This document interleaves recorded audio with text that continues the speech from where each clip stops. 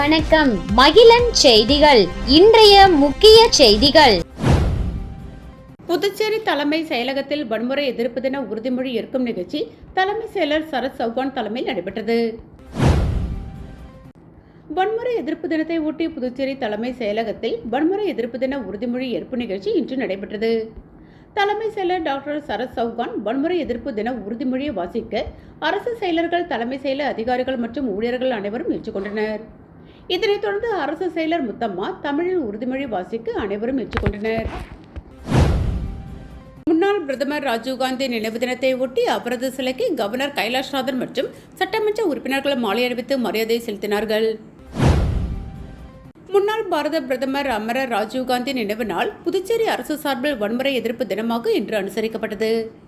இதனையொட்டி தட்டாஞ்சாவடி ராஜீவ்காந்தி சதுக்கத்தில் அமைந்துள்ள அவரது திருவுருவ சிலைக்கு துணைநிலை ஆளுநர் திரு கைலாஷ்நாதன், சட்டமன்ற உறுப்பினர்கள் ராஜவேலு, ஏகடி ஆறுமுகம், சிவக்கொழுந்து, சரவணகுமார், அழகானந்தம், நாராயணசாமி, ரவிக்குமார், தலைமை செயலர் சரத் சௌகான், துணை இன்ஸ்பெக்டர் ஜெனரல் சத்யசுந்தரம், முதுநிலை காவல் கண்காணிப்பாளர் கலைவாணன் மற்றும் பலர் மாலை அணிவித்து மரியாதை செலுத்தினர். நிகழ்ச்சியில் சர்வ மத பிரார்த்தனையுடன் ஜவஹர் சிறுவர் இல்ல ஆசிரியர்களின் தேசபக்தி பாடல்கள் இசைக்கப்பட்டன.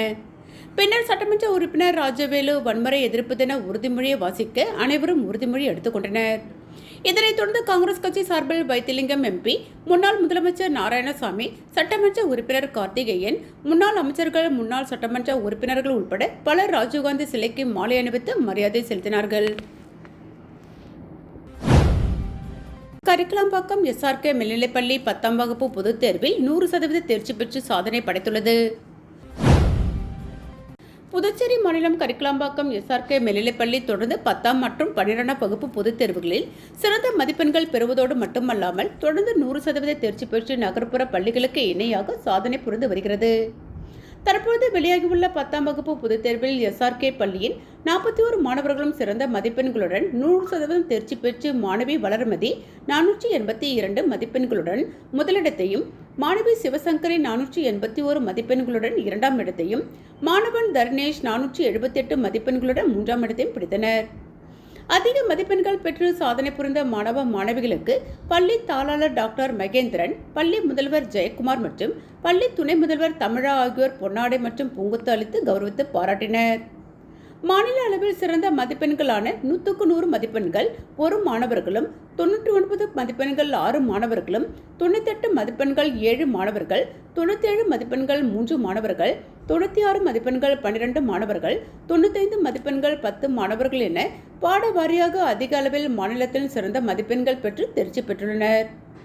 மேலும் 30 மாணவர்கள் டிஸ்டிங்ஷனில் தேர்ச்சியும், 11 மாணவர்கள் ஃபர்ஸ்ட் கிளாஸில் தேர்ச்சியும் பெற்றுள்ளனர் என்பது குறிப்பிடத்தக்கது. திமுகவிற்கு துரோகம் இழைத்த காங்கிரஸ் கட்சி காணாமல் போய்விட்டது என திமுக அமைப்பாளர் சிவா கடுமையாக விமர்சித்துள்ளார். புதுச்சேரி மாநில திமுக செயற்குழு கூட்டம் காமராஜர் சாலையில் உள்ள ஜெயராம் திருமண மண்டபத்தில் நடைபெற்றது. கூட்டத்திற்கு மாநில அவைத்தலைவர் சிவகுமார் தலைமை தாங்கினார். துணை அமைப்பாளர்கள் அனிபால் கன்னடி, தைரியநாதன் குமார், மாநில பொருளாளர் செந்தில்குமார் MLA, மாநில இளைஞரணி அமைப்பாளர் சம்பத் முன்னிலை வகித்தனர். திமுக அமைப்பாளர் சிவா கலந்து கொண்டு சிறப்புரையாற்றினார். கூட்டத்தில் பேசிய சிவா, புதுச்சேரி சட்டசபை தேர்தலில் நம்முடைய தலைமை வழி காட்டியபடி சென்றோம். ஆனால் காங்கிரஸ் கட்சியினர் நாம் ஒரு சீட் கூட தேர மாட்டோம் என முன்கூட்டியே முடிவு செய்து பல்வேறு இன்னல்களை கொடுத்தனர். வரலாற்று சிறப்புமிக்க கட்சியின் தலைமை சரியான முடிவெடுக்காமல் மோசடி செய்து அவர்கள் தோல்வி அடைந்தனர். திமுகவிற்கு துரோகம் இழைத்த காங்கிரஸ் இன்று காணாமல் போய்விட்டது. ஆனால் நாம் 5 தொகுதியில் வெற்றி பெற்றுள்ளோம். திமுகவின் குரல் சட்டசபையில் மக்களின் குரலாக எதிரொலிக்கும் என்றார். காங்கிரஸ் தலைவர் வைத்திலிங்கத்திற்கு எதிர்ப்பு தெரிவித்த காங்கிரஸ் நிர்வாகிகள் 12 பேர் அதிரடியாக சஸ்பெண்ட் செய்யப்பட்டனர். புதுச்சேரி சட்டசபை தேர்தலில் காங்கிரஸ் கட்சி தோல்வி அடைந்தது. இந்த தோல்விக்கு தார்மீக பொறுப்பேற்று வைத்திலிங்கம் MP தனது கட்சி தலைவர் பதவியை ராஜினாமா செய்ய வேண்டும் என காங்கிரஸ் கட்சியினர் ஒரு தரப்பினர் ஆர்ப்பாட்டம் நடத்தினர். வைத்திலிங்கம் MPயும் தனது கட்சி தலைவர் பதவியை ராஜினாமா செய்து அகில இந்திய தலைவர் மல்லிகார்ஜுன கார்கே மற்றும் எதிர்க்கட்சி தலைவர் ராகுலுக்கு கடிதம் அனுப்பி வைத்தார். இதற்கிடையில் காங்கிரஸ் கட்சி அலுவலகத்தில் போராட்டம் நடத்திய காங்கிரஸ் நிர்வாகிகள் 12 பேர் திடீரென கட்சியிலிருந்து சஸ்பெண்ட் செய்யப்பட்டுள்ளனர். கட்சி கட்டுப்பாடு மற்றும் ஒழுங்கை கருத்தில் கொண்டு முதல் கட்ட நடவடிக்கையாக தங்கள் தற்போது கட்சியில் வசித்து வரும் அனைத்து பொறுப்புகளிலிருந்து உடனடியாக சஸ்பெண்ட் செய்யப்படுகிறீர்கள். இக்கடிதம் பெற்ற நாள் முதல் 10 நாட்களுக்குள் விளக்கம் அளிக்க வேண்டும்.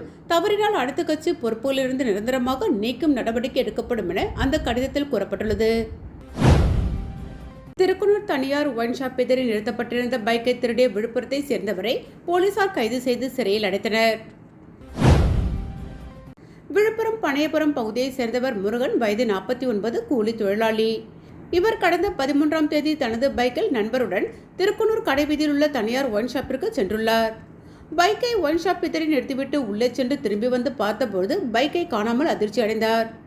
இதுகுறித்து முருகன் அளித்த புகாரின் பேரில் திருக்குனூர் சப் இன்ஸ்பெக்டர் கோவிந்தராஜ் மற்றும் போலீசார் வழக்கு பதிந்து விசாரணை நடத்தினர். அதில் அங்குள்ள சிசிடிவி கேமரா காட்சிகளை பார்வையிட்ட போது வாலிபர் ஒருவர் பைக்கை திருடிச் செல்வது தெரியவந்தது. இதனையடுத்து பைக்கை திருடிச் சென்றது விழுப்புரம் தென்னமாதேவி காளியம்மன் கோவில் வீதியை சேர்ந்த கோபால், வயது 44 என்பதும் விக்கிரவாண்டி ரயில் நிலையத்தில் சுமை தூக்கும் தொழிலாளி என்பதும் தெரியவந்தது. தொடர்ந்து கோபாலை கைது செய்த போலீசார் அவர் திருடிச் சென்ற பைக்கை பறிமுதல் செய்தனர். பின் நீதிமன்றத்தில் ஆஜர்படுத்தி காலப்பட்டு சிறையில் அடைத்தனர். முன்னாள் விஸ்வகர்மா தலைவர் விஜயகுமார் என்கிற வேலு 3ஆம் ஆண்டு நினைவு தினத்தை முன்னிட்டு பொதுமக்களுக்கு அன்னதானம் வழங்கப்பட்டது. புதுச்சேரி மாநிலம் வில்லியனூர் பகுதியில் அண்ணா சிலை அருகே அமைச்சர் நமச்சிவாயத்தின் ஆதரவாளரும் முன்னாள் விஸ்வகர்மா தலைவருமான விஜயகுமார் என்கிற வேலுவின் 3ஆம் ஆண்டு நினைவு தினம் அனுசரிக்கப்பட்டது. 3ஆம் ஆண்டு நினைவு தினத்தை முன்னிட்டு முன்னாள் விஸ்வகர்மா தலைவர் விஜயகுமார் என்கிற வேலுவின் திருவுருவப் படத்திற்கு மாலை அணிவித்து மலர் தூவி மரியாதை செலுத்தப்பட்டது. அதனைத் தொடர்ந்து நினைவு தினத்தை அனுசரிக்கும் வகையில் வில்லியனூர் தொகுதியின் சட்டமன்ற உறுப்பினர் ரவிக்குமார் ஆசியுடன் பொதுமக்கள் 500க்கும் மேற்பட்ட நபர்களுக்கு அன்னதானம் வழங்கப்பட்டது. இந்நிகழ்ச்சியில் நண்பர்கள், உறவினர்கள், குடும்பத்தினர்கள் உட்பட ஏராளமானோர் கலந்து கொண்டனர். நிகழ்ச்சிக்கான ஏற்பாட்டினை BAC குரூப்ஸ் நண்பர்கள், ரவி பிரதர்ஸ் ஆகியோர் வெகு சிறப்பான முறையில் செய்திருந்தனர். +1 வகுப்பில் சேர்வதற்கான விண்ணப்பங்கள் அனைத்து அரசு மேல்நிலைப் பள்ளிகளிலும் இன்று 21ஆம் தேதி முதல் வழங்கப்படுகின்றது.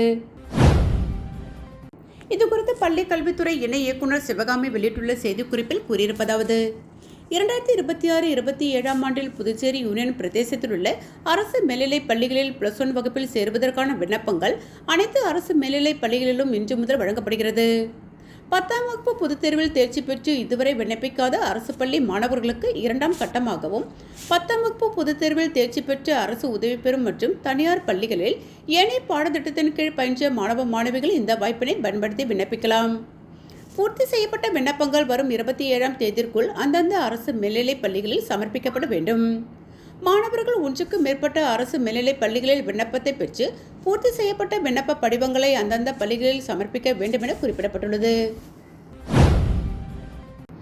வில்லியனூர் அருள்மிகு கோகிலாம்பிகை உடனுரை திரு காமேஸ்வரர் ஆலய திருவிழாவை முன்னிட்டு கொடியேற்றும் நிகழ்ச்சி நடைபெற்றது. புதுச்சேரி மாநிலம் வில்லியனூர் பகுதியில் பிரசித்தி பெற்ற அருள்மிகு கோகிலாம்பிகை உடனுரை திரு காமேஸ்வரர் ஆலய பிரம்மோற்சவ தேர் திருவிழாவினை முன்னிட்டு நேற்று கொடியேற்றும் நிகழ்ச்சி நடைபெற்றது.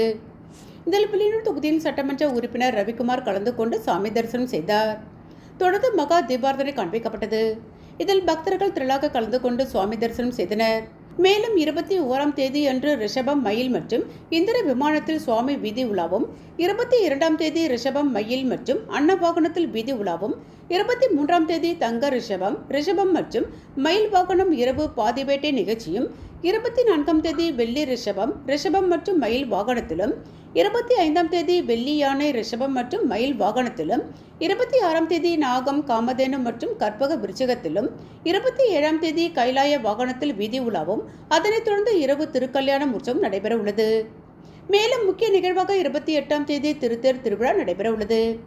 29ஆம் தேதி தெப்பல் உற்சவமும், 30ஆம் தேதி முத்துப்பல்லக்கு நிகழ்ச்சியும், 31ஆம் தேதி விடையாட்சி உற்சவம் நிகழ்ச்சி நடைபெற உள்ளது.